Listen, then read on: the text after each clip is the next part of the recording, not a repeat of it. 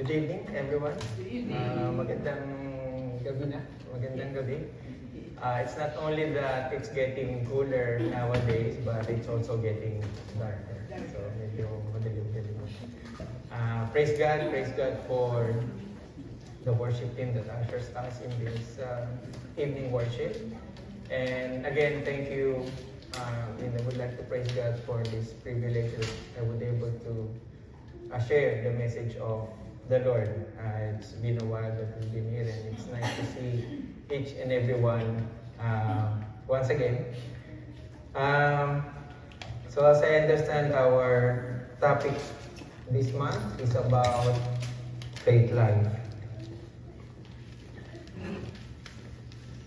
So that's gonna be the continuation of our message this evening. But before we start, let's begin with the word of prayer and commit our time to the Lord. Heavenly Father, just like what we have said, you speak to us this evening, Lord, and help us to listen. Listen carefully, Father. Let not only our ears, but with our hearts and our minds that we receive your message. Search our hearts, and may you expose what is inside, Father, that we may see how we would live our Christian life, so that may we bring glory to your name, and we may bring good testimony with other people. Father, may your name be blessed, and may you bless each and every one this evening. This we pray in the name of our Lord Jesus Christ. Amen. Amen. So in regards to your faith life, if you will be asked, how is your faith life? What would be your reply? Once a fetus develops in the womb, the mother sees a doctor that's normal nowadays to have herself, and the baby undergo medical checkup to find out that the baby is developing according to what is expected to be, according to how old the baby is. Nowadays, we have the 2D ultrasound, we have the 3Ds, we have the Dopplers, those machines that can monitor the heartbeat of the baby and so many things. Excuse me. And then once the baby is born, again, the parents bring the baby to see a pediatrician to check and monitor its developmental milestones. It could be the physical, emotional, mental, and social aspects. So we would like to know if the baby responds accordingly. Like right after the baby is born, it's naiiyak, right? So just to make sure that it responds. And the sense of hearing as well.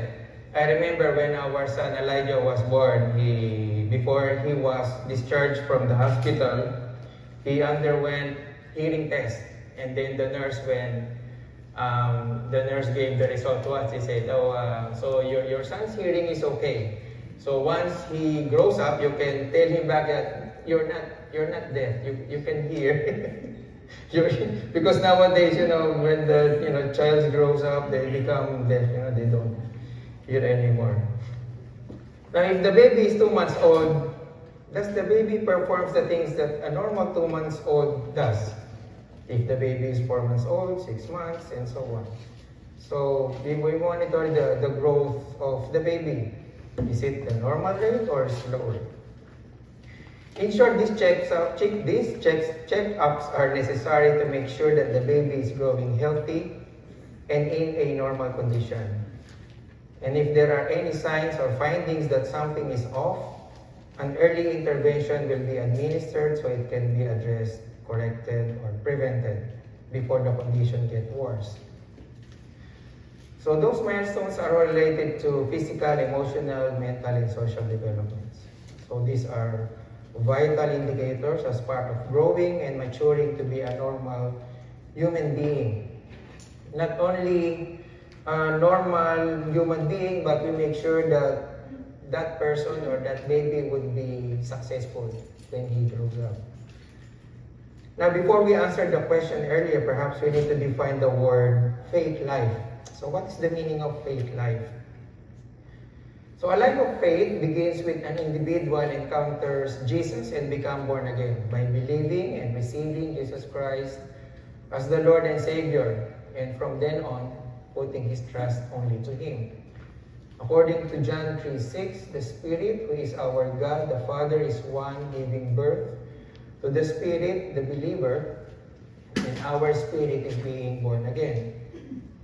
So the Spirit, who is our God, the Father, is the one giving birth, and we are born again. Now, according to 2 Corinthians chapter 5, verse 17, anyone who is in Christ is a new creation. The old faith is gone because of the new faith to Jesus Christ.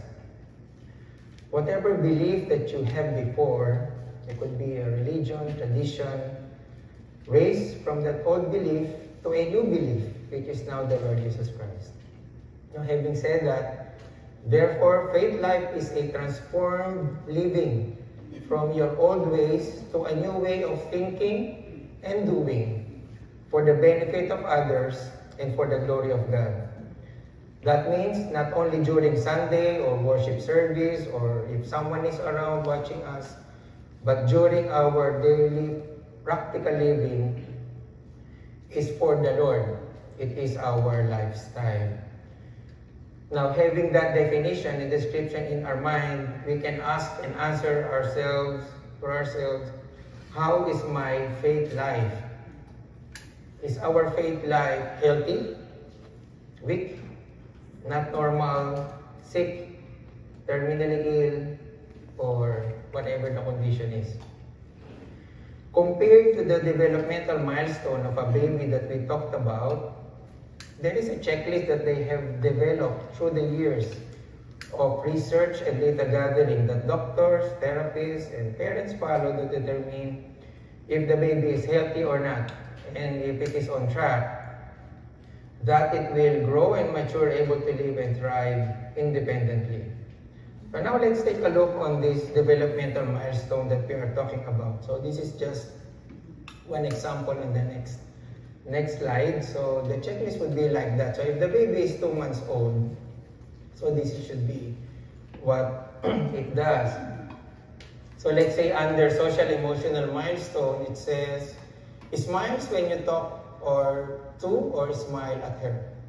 So if it is being done, so it's being checked. And there's several things under within the development, like let's say for example, what is written there is language, communication, cognitive milestones, and then movement, physical development milestones. So those are all indicators. Okay, so now let's take a look at a 5-year-old child. So let's jump into from 2 months or 5 years old. So it has the same milestone, social, language, cognitive, movement. But there are more tasks and they are more complex. Under social and emotional milestone, from a simple smile, now the checklist is, does the child follows rules? So that's one of the or doing simple chores at home. So we just jump from 2 to 5, but there will be in between ages that there's also a milestone. If it is 5 months, a 1-year-old, and so forth. Now, when someone becomes born again, it would be nice if there is a similar checklist like this one for a believer. When, let's say, a believer is 5 months old, what does a 5-month-old believer do? No, it's just imagine. If we can quantify, let's say, do you pray? Maybe before being born again, from not praying, now you're praying. Just let's make it just simple as that. And then when it becomes like 1-year-old, 2 years old, your prayer becomes 10 minutes long or 30 minutes long, so we don't know, right? But it's impossible to create one.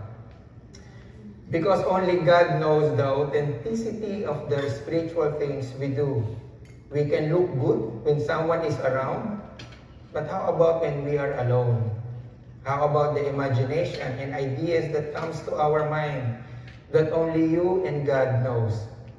According to Jeremiah chapter 17, Verse 10, it says that only God can search our hearts and mind, knowing if our ways, faith, and wisdom are genuine. It will really bring down between us and God. Only God can search our hearts and mind, knowing if our ways, faith, and wisdom are genuine or not. It says in that verse, so I, the Lord, search the heart, I test the mind, even to give to each man according to his ways, according to the results of his deeds. We may not have a believer's developmental milestone, just like what we've seen on the previous slides, but we have the book of James. The book of James is one of the books in the New Testament written several years before the four Gospels and the book of Acts. He was not aware, James was not aware during this time that the faith is not only for the Jews but also for the Gentiles. That is why the letter in chapter 1, in the introduction, was addressed only to the 12 tribes of Israel, who are scattered and residing together in Gentile communities. Though the teachings of James are both applicable for Christian Jewish and Christian Gentiles. Now, this book could be considered a how-to book on Christian living, because it teaches right Christian living and expose deceptive and insincere practices that a believer can commit, which is still very true to this modern day. In Romans 12, verse 2, it says, be transformed by the renewing of your mind. Is there anyone who eats balut? Likes balut? Yeah, of course. I like balut. Or in English, fertilized duck egg. Okay. So the balut, from just the yolk and the whites, it's just the physical attributes that we can see, the yellow and the white, it developed into a chick. So there was a transformation. Let's say we didn't cook the egg. Of course, what will happen? It will hatch, right? It will hatch. So the chick will grow, which later on, once it grows, reach the maturity, produce eggs, and the cycle goes on. Now, how do you call an undeveloped egg? Before we go to bugok, yung nakakain, penoy, or other people call it penoy. In where I came from, it's penoy. Some people, they call it abnoy, I think. So in my where I came from, I'm from Cavite, so we call it penoy. So let's say hindi niluto ang itlog. It wasn't cooked, that egg. Now, how do you call it now? It's the bugok na. It's really bugok actually, but when we cook it, becomes penoy or abnoy. But the penoy or abnoy is how can I say this? Edible. But once it becomes bugok, I don't know, have you eaten like bugok? No. When you crack it, you open it, has a very unpleasant smell. Now, we had a chicken with, lays eggs and, do the natural thing. And sometimes this bugok egg explode by heat. It's because it's supposed to be enough. So it's really not unpleasant. It really has a very unpleasant smell. Now, if someone was born again, a transformation process is expected to take place, and it's taking place. It is a continuous process. The verse renewing is in progressive tense. It is a never-ending process. It must not become a bugok. It should not become a bugok. The book of James describes aspects or spiritual areas that a believer must be transformed of. It may be, we could say, what a believer has, what a believer does, what a believer says, what a believer feels, and what a believer gives. Now, if we are going to prepare like a checklist style, just like what we've seen in those previous slides, using these categories according to the book of James, it may look like this. This is just a quick, it's just a quick. So we can call it like Christian living milestone. So what a believer has in James chapter 1. pure joy when facing trials, wisdom, faith without doubting, stood the test with perseverance, compassion to the widows and orphans. Need check. So what a believer does in James chapter 2, not discriminative, love neighbor as himself, reading and studying the Word of God, faith with works. Okay, check. When a believer says in James chapter 3, true, never at fault, praise and not curse, do not boast. What a believer feels, James chapter 4, God's desire and not earthly motives, submissive to God, humble. And last, what a believer gives, sharing of wealth, or what you have, fair share to workers, or to people, joy and not oppression to anyone, and saying a prayer. Now, this doesn't occur in when you're 5 months old, 50 years. It must be a progressive, it's a renewing, progressive condition. But the gravity and intensity of the situation will increase. Now going back to Romans chapter 12 verse 2, the reason why it's increased is so then you will be able to test and approve what God's will is. His good, pleasing, and perfect will. With the comparison that we did, does it make sense with all the checklists? I hope it makes sense. I'm making sense something here. So the best thing is God knows us better than we know ourselves. We will undergo a temptation according to what we could bear, according to 1 Corinthians chapter 10 verse 13. But we can only endure it when we ask God's help, and He will provide the way, not our way or my way, but it is God's way. Now these 5 areas, those 5 areas that we have seen, we have read, have listed, are very broad topics to discuss. So it's very broad, what we need to have, what we need to do. So this afternoon we will only focus on one area which I believe most Christians are very susceptible or very prone to commit, both for old Christians and new Christians. And that is none other than what a believer says. What a believer says. Which we can read the full details in James chapter 3. So the title of our message this evening is The Uncontrollable Tongue. I have here a Jewish joke which I would like to share with you. So this is how the joke goes. So if you ask 2 Jewish people a question, you will get at least 4 answers. I know you're not Jewish, so you didn't laugh, right? but what is the joke about? It means, that Jewish would like to talk, and naturally people would like to talk. We would like to talk.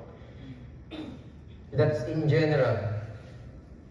Now going back to chapter 3 of James, we would discuss this in detail, covering 3 areas about the tongue: its size, what the tongue does, and how it can be controlled. And let's start with the size. It is small but terrible. Okay, why is it terrible? It is impressive that the tongue can perform multiple tasks. It has 2 senses. It can feel, hot or cold, smooth or coarse. And it is the only part of our body that can taste. I don't know if you can, use your other parts of the body to taste, but it's only the tongue. But for most mammals, they use their tongue to care for their young ones, and for reptiles, they use their tongue senses its surrounding for hunting prey. Now, the tongue has a very flexible muscle and make different forms. You can stick it out, twist, curl. It creates sound like a whistle, and it can convey verbal communication. Some people have very good tongue skills. that they can quickly and correctly pronounce tongue twisters, like she sells seashells by the seashore, or maybe you have more complex tongue twisters. Do you like to watch Storage Wars? TV program Storage Wars. So I'm very amazed of how those auctioneers, speaks. They speak really fast. Now, to top it all, in spite of its size, it has an enormous power. In James chapter 3, verses 3 to 5, it says, "When we put bits into the mouths of horses to make them obey us, we can turn the whole animal." Or take ships as an example. Although they are so large and they are driven by strong winds, they are steered by a very small rudder, whether the pilot wants to go. Likewise, the tongue is a small part of the body, but it makes great boast. Consider what a great forest is set on fire by a small spark. James described the size and the capability of our tongue to a bit into the mouth of a horse and to a rudder of a ship. Their ratio is very small as compared to the full size of the horse or the ship. Yet they are powerful that it can be directed and manipulated to where we want the whole animal or the whole ship go, turning to the left or to the right. But the control is in the rider and the captain's hand. James added that the tongue is like a small spark that it can set a great forest on fire. No man can direct or manipulate where we would want a fire to go. We just wanted it to be extinguished right away. We have seen that, year after year, once we have the forest fire or wildfire here in Canada, it will just devour everything in its paths. And it will take several weeks before it is under control. Now, with its size, the tongue corrupts the whole body. James gave quite discouraging descriptions, actually, about the tongue. It is a world of evil among the parts of the body, cannot be tamed, a restless evil, and full of deadly poison. It is because of the words that comes out of our mouth. Now, the Lord Jesus says in Matthew chapter 15, verse 11, "What goes into someone's mouth does not defile them, but what comes out of their mouth, that is what defiles them." Because of that, it creates negative consequences. It becomes a stumbling block, which is our second point. The consequence that it creates, it is the stumbling block. Now, all kinds of animals, birds, reptiles, and sea creatures are being tamed and have been tamed by mankind. And if in case the animal are not being tamed yet, what we normally do if the animal is not tamed? We put it in a cage, right? We cage it. Now, during the Middle Ages, from the 16th until the 19th century, there is a torture device invented called the scold's bridle. It's used to silence women, accused of gossiping, quarreling, or committing blasphemy. This device is mostly used for women, but rarely for men. So men, be careful, it can also be used for men. It could be women because maybe during that period, women stays home and perhaps after they have not much to do, house chores is done, they gossip and quarrel with each other. Now, the authorities during that period maybe impose this kind of punishment because it disrupts peace, harmony, and it creates chaos in the society. And perhaps for every quarrel, there is always one person involved. It's always si Marites. It's always there. Like this group is present, and that group is there. She's there. And because jails are not for women during that time, maybe I'm just being creative here, just imagining. Maybe they came up with this idea. And this punishment has two purposes. First is to silence the wearer, that if they started to speak, it will cut their tongue. And second is humiliation by parading around the town where townspeople put insults and throw things. It can cut in tongue because we don't see it in here, but inside that metal thing there is a knife or a blade that is inside the tongue. So the moment you move the tongue, it may cut the tongue. Because of tongue's wickedness, empty and hateful words are spoken that divides people and causes them to fight against with one another. And because of that, people stumble. And what we have seen on the previous slides in James chapter 3 verse 2, we all stumble in many ways. Anyone who is never at fault in what they say is perfect, able to keep their whole body in check. There are many ways that people stumble, but one of them is through our tongue, speaking. Speaking is one of them. And we have listed 3 from the book of James, and let's discuss these things that people stumble because of our words. First is curse words in James chapter 3 verse 9. Now our speech is contradicting. We use it to praise God at times and sometimes curse God or profane the name of God.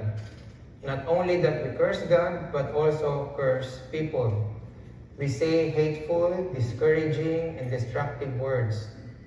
And these exchanges of hateful words is mostly happening nowadays. First is where is the hateful words mostly happening?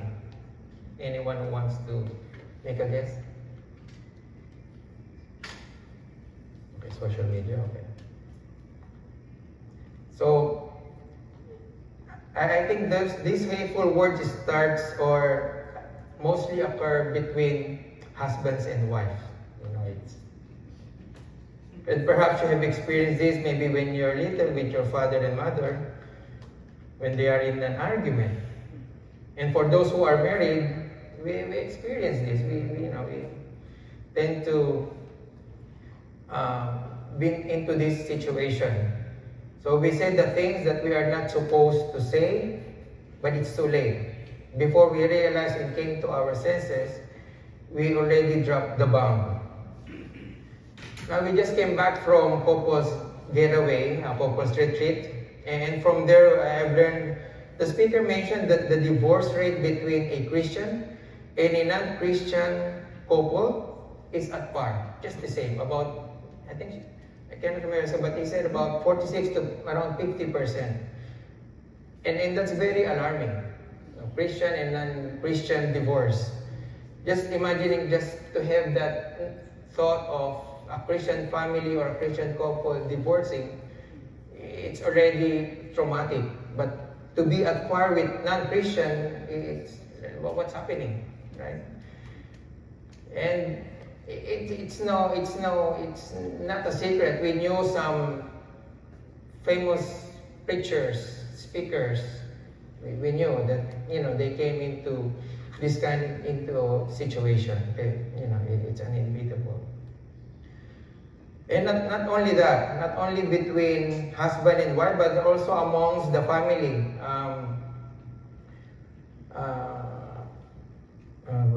Sister Love mentioned about the social media. So again, that social media becomes a catalyst. I could not imagine that within the family, within the relatives, nephews and nieces could say bad things about their aunt and uncles. It never existed 20, 30 years ago. Our aunts and uncles are like our second parents. But they even posted it in public as if they are very proud of what they have said. This hate speech, as we call it nowadays, is an increasing trend all over the world. And it's very sad how things in this world are leading to. James said that if we curse human beings, it is as if we have cursed God. The Lord Jesus Christ said in Matthew 25 verses 40, so it says that in verse 40, the king will reply, "Truly I tell you, whatever you did for one of the least of these brothers and sisters of mine, you did it for me." And in verse 45, he said, he will reply, "Truly I tell you, whatever you did not do for one of the least of these, you did not do for me." So just to summarize, whatever we did or did not do to another person, we did it to Jesus Christ. If we truly love God, we will not curse, but instead love one another. So the next point is, after cursing, is boasting about tomorrow, which is in James chapter 4, verse 16. Now, these boasting are empty words. I mean, we know, but it's an empty word, as if we have the full control of our life. In verse 14, it says, Why you do not even know what will happen tomorrow? What is your life? You are a mist that appears for a little while and then vanishes.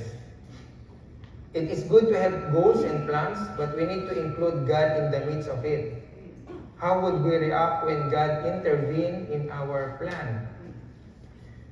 Now, on the contrary, the opposite of boasting of tomorrow is worrying about tomorrow, which the Lord Jesus says, for tomorrow will worry about itself. It's the same thing. So why worry for tomorrow? Baka mamaya lang, wala na. We are not sure if we are still alive, later on. So our life is like a mist. So boasting causes someone to stumble. And I do not want to dig more into that boasting. And lastly, in James chapter 5, verse 12, it says, Do not swear. Above all, my brothers and sisters, do not swear. Not by heaven or by earth or by anything else. All you need to say is a simple yes or no. Otherwise, you will be condemned. I think this is one of the most serious empty words, swearing, because there is a condemnation, which is sentenced to a particular punishment, especially death. I do not know if it is just a coincidence, but that the swear is connected to death. That's why when we say Pexman, ano kasunod ng Pexman? Yeah. Cross my heart. Okay, so there's a condemnation right away there, right? So, or maybe something else. You have your own version, like, if tamaan man ako ng kidlat, kulog, or right? Or I swear from my father's grave, mother's grave, whoever's grave. So those are all swearing. So what James is saying is just a simple yes or no that will take care of it. So there is no need for Pexman or cross my heart. Now, cursing, boasting, and swearing are empty and hateful words that other people and ourselves cause to stumble. We would never be at fault in what we say sometimes, but not all the time. For sure, there will be times that we will be at fault because we are not perfect. No human being can tame the tongue. That means we need help. Not just any help, but God's help. And that help is to rescue us by God's Holy Spirit. God, the Holy Spirit, who is our advocate, our helper. The song a while ago is I Surrender. So when we say I surrender, we need help. During, earlier, it's I surrender all. If you knew that hymn.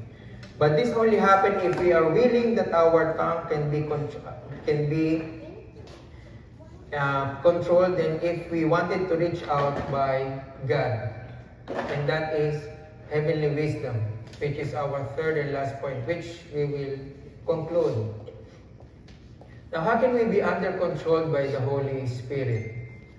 First is be planted in the Word of God. In Psalm 32, verse 8 to 9, it says, I will instruct you and teach you in the way you should go. I will counsel you with my loving eye on you. Do not be like the horse or the mule, which have no understanding but must be controlled by bit and bridle, or they will not come to you. So in verse 8, it tells we need to follow God's instruction and teachings in the way we should go, which are all written in the Bible. It's not a secret. And we should not act like a horse or a mule, which has no understanding, which to be controlled by a bit and bridle. And God's counsel is loving. It is for what is good and best for us.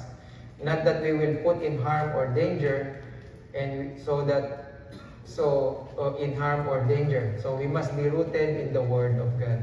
So that is the first wisdom. Second is the renewing of the mind.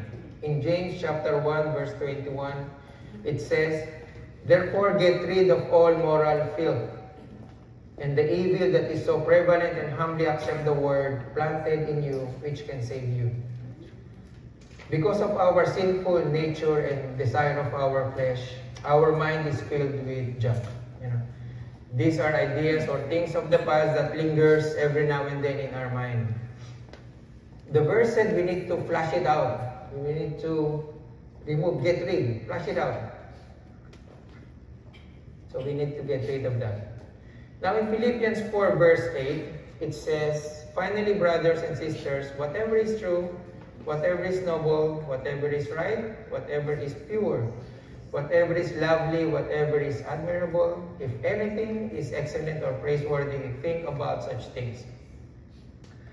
Our water system, whether it's a natural water, tap water, or refilling station water, it undergo a filtering system to take away the impurities. Just to simplify the process, first is removing those solid particles. Now that I recall the solid particles. When I was young, our filter is just like a piece of t-shirt, right? When we put on the suppose. That will take care of all the filtering system. Now it's like a series of filters. So first is removing those solid particles, then heavy metals, then the smell through carbon filters, and finally the UV filters to kill any bacteria or virus. So like water that undergo a filtration systems, Philippians 4:8 is a filter system for our thoughts. First filter is the thought in our mind true? If not, well, get rid of that. If yes, it will go to the next level. Is it noble? Yes? Okay, go. Pag not, get rid of that. And to the next. Until what is left is the pure thought, which is the excellent and praiseworthy thoughts that we are speaking out. Because whatever is left in our mind, in our hearts, according to Matthew 12 verse 34, "For out of the abundance of the heart, the mouth speaks." And now the third and last point, once our mind is renewed, it's having the genuine wisdom. That is our third and last point. According to James chapter 3 verses 14 to 17, there are two types of wisdom, the earthly wisdom and the heavenly wisdom. The earthly wisdom is unspiritual and demonic. It is full of envy and selfish ambition. We tend to speak fast and listen less. We communicate that to other person that what we're saying is more important than him. And of course, the other person is the same thing. And that is the selfish ambition. And what causes this is this yields to disorder and evil practice. And then there is a heavenly wisdom. So this wisdom is first of all pure, then peace-loving, considerate, submissive, full of mercy, and good fruit, impartial, and sincere. According to James chapter 1 verse 19, "My dear brothers and sisters, take note of this. Everyone should be quick to listen, slow to speak, and slow to become angry." This is the heavenly wisdom. And those people having this kind of wisdom are the peacemakers, who sow in peace, reap a harvest of righteousness. Now just to quickly summarize the three items under wisdom.